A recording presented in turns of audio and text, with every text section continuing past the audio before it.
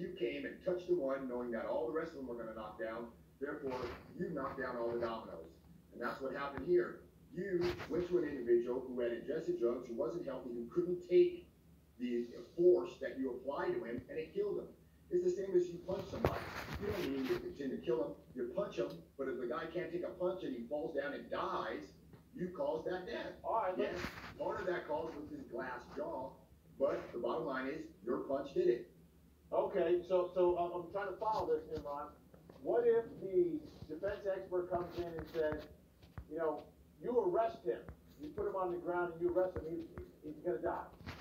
So it's not that the level of force is saying, listen, as soon as everything went into motion and that adrenaline was released, as soon as he was put in the pro position and handcuffed, from that point forward, he had no chance. Is that enough for reason? Because at that point, all right, what you're saying, put him down on the ground, you handcuff him. At that point, he's getting the intensity of the situation so much, the adrenaline is released, and with the fentanyl and the meth and the heart disease, he was going to die. Is that enough for reasonable doubt? Vinny, I don't think so, because I think it's a perfect storm, and you really take a suspect how they are. It's almost like so you couldn't arrest George Floyd that day. Is what I'm saying. I'm saying if part of the arrest is George Floyd is resisting, so you've got to put him on the ground, you've got to handcuff him, and at that point, not 9 minutes and 29 seconds, but just the act of putting him on the ground, handcuffing him, releases the adrenaline, he's not going to make it from that point forward, and there you're saying it's still going to be a crime. Vinny, I think you're taking the Eric Nelson sort of route here with a hypothetical, which is totally... No, what I'm saying is what if the defense expert says that? I don't know what the expert's going to say. But what if that's what they're going to... If they say that, is that reasonable doubt? I'm trying to figure out if there's any road to reasonable doubt for the defense here. That could be reasonable doubt, Vinny, but it's also not a really plausible argument. And I think it's going on a hypothetical. Have you ever hired an expert? Come on. Experts, you never know what they're going to say. Absolutely, and I would cross-examine the experts in a way that Eric Nelson does with those hypotheticals.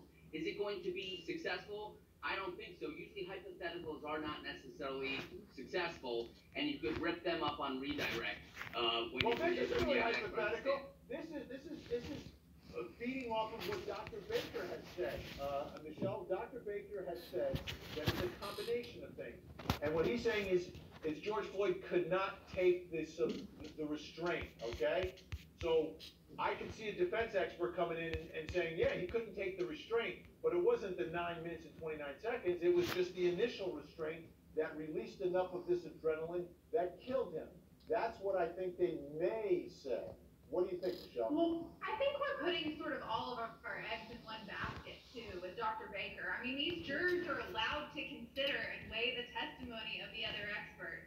I get that this is the medical examiner and this is the state's expert, Dr. Baker, but we have a number of other experts who are putting these pieces together for the state, and who, for example, with Dr. Tobin, who explains that, you know, this is enough to kill a healthy person. Without any of these things, this person would have died. And I think that those factors alone are enough for the state to prove their case. And could there be Dr. Baker's not doubt? saying that. Dr. Baker's not saying the restraint was enough to kill a healthy person. He's saying it was enough to kill George Floyd. And I think that's where Dr. Baker is one of those experts that just doesn't go the distance that you want. But you bring in other experts that do, and I think that's what the state's doing, and I think it's going to get the job done. All right. You know one thing, Vinny, you got to remember, the jury's going to use common sense, and those experts are going to fight and contradict each other, and the jury's going to fall back on common sense. Hey, this guy's taken drugs all of his life with that heart, and he hasn't died yet. The only time he died is when he came in contact with Derek Chauvin. Regardless of all the other days before that, he was just as high and on drugs with that same old bad heart.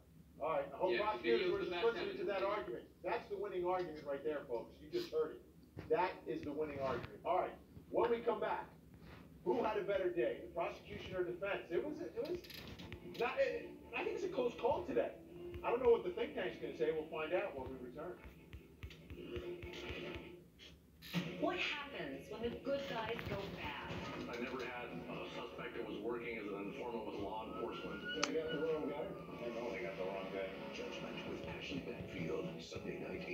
Control on TV. Lori Vallow Daybell and her husband Chad. It went from a story about two missing children to remains that were found. It's the doomsday couple on trial. Do you have back pain, shoulder pain, bite pain with compression? Tommy Copper's top-selling shoulder support shirt uses targeted compression to fight pain in your shoulders and upper back. And Tommy Copper's revolutionary lower back support shirt and tank apply pain-relieving compression to your hips and lower back. At home or on the job, support, relief, and recovery as simple as getting dressed. Go to TommyCopper.com now and find out how to save 25% on the full line of back pain solutions. Pain, go away.